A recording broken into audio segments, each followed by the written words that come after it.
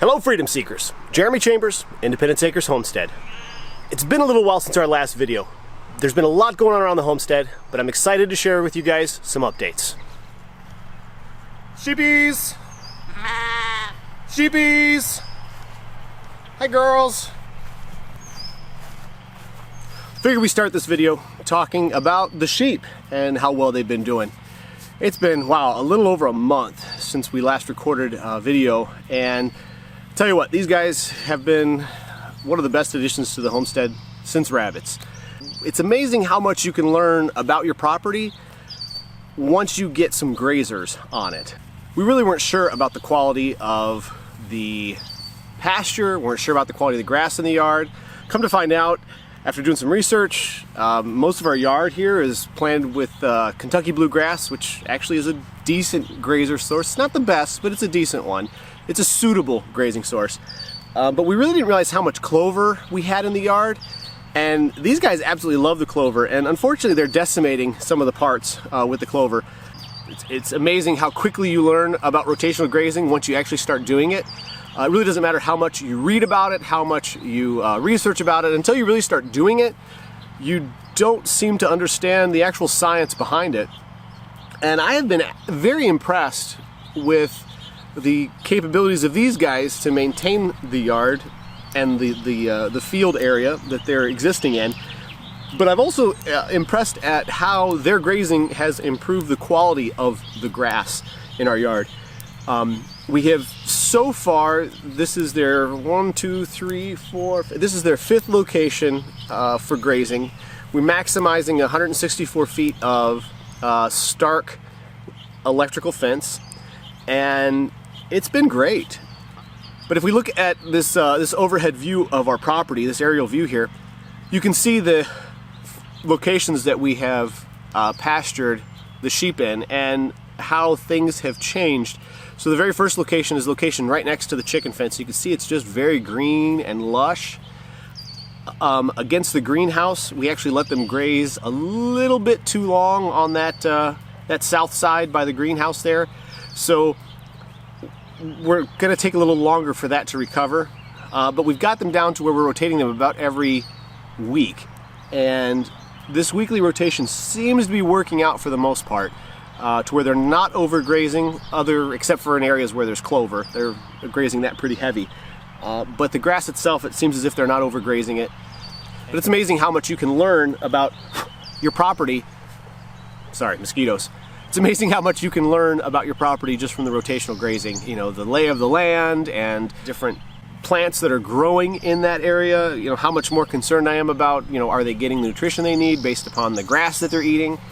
So the thing that's worked the best to get the sheep used to us, used to human interaction, is we got them on a regular treat basis. Usually every evening I come out with a bowl of feed. If you watch our channel, you have and are subscribed to our channel, you would have gotten the short that we posted the other day, feeding the sheep with the grain in the bowl, and they absolutely go nuts for it.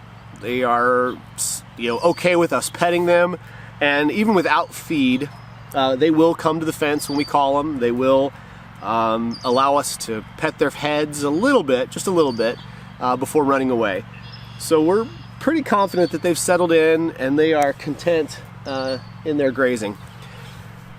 And the shelter that we created for them out of the pallets and the spare metal has worked out real well. It's been sturdy enough to put up with being moved. That's probably the trickiest part for the rotational grazing, is moving their pen, because I always overbuild, so it's heavy. But we figured out a way using some old PVC pipe to roll it around the yard here.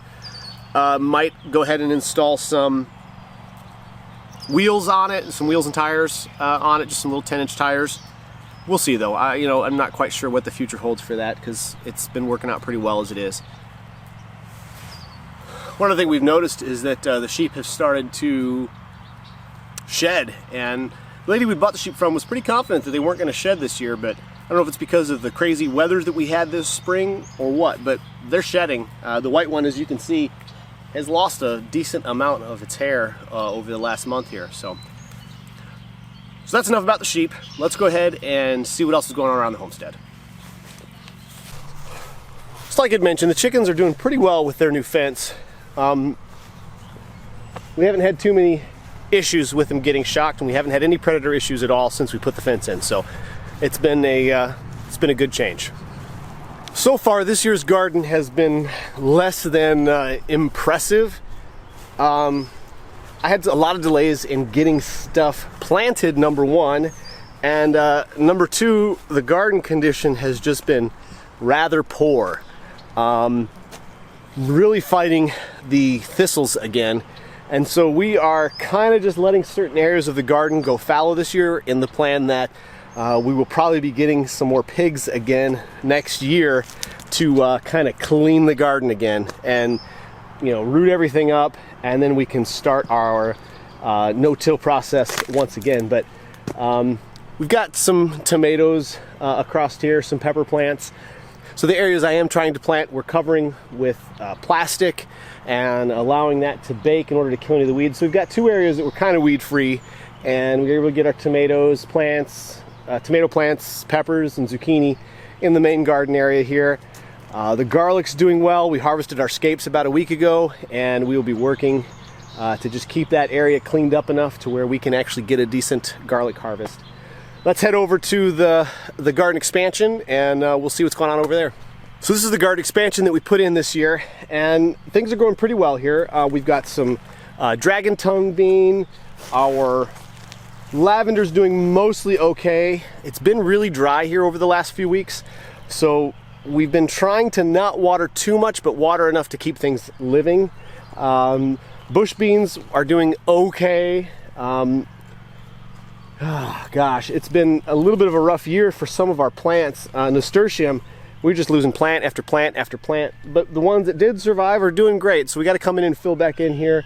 Dill is doing well. We've got some 2 rows of peppers over here, and the onions, if you're curious, the onions are doing really well.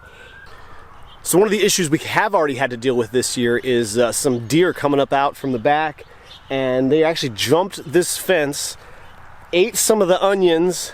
The reason we had problems with the nasturtium is because they ate the nasturtium, they destroyed a couple bean plants, stepped on some flowers. It's been a little bit of a frustrating year already. We're not really sure how productive this area of the garden is going to be, but it's an expansion. So, you know, we've got some potted tomato plants here. We've got 4 moringa trees. We'll be talking a little bit more about those in upcoming videos and why we have our moringa growing. But we still have a ways to go to finish out this garden expansion. We probably won't get much planted in it over the next, during the rest of this year, but we want to get it ready for next spring. Also, this last week, Shelly brought me home a little special surprise, and I want to take you guys over to the patio and show you what it is. So a few videos back, we had visited a greenhouse, and they had jasmine trees there, and I went on and on about how much I loved how much they smelled, and I really wanted to get one. Well, came home a few days ago, and this was sitting on my patio. My beautiful wife Shelly had found out that there was a half-off sale at the greenhouse, and she went and picked me out the biggest, best jasmine tree that they had.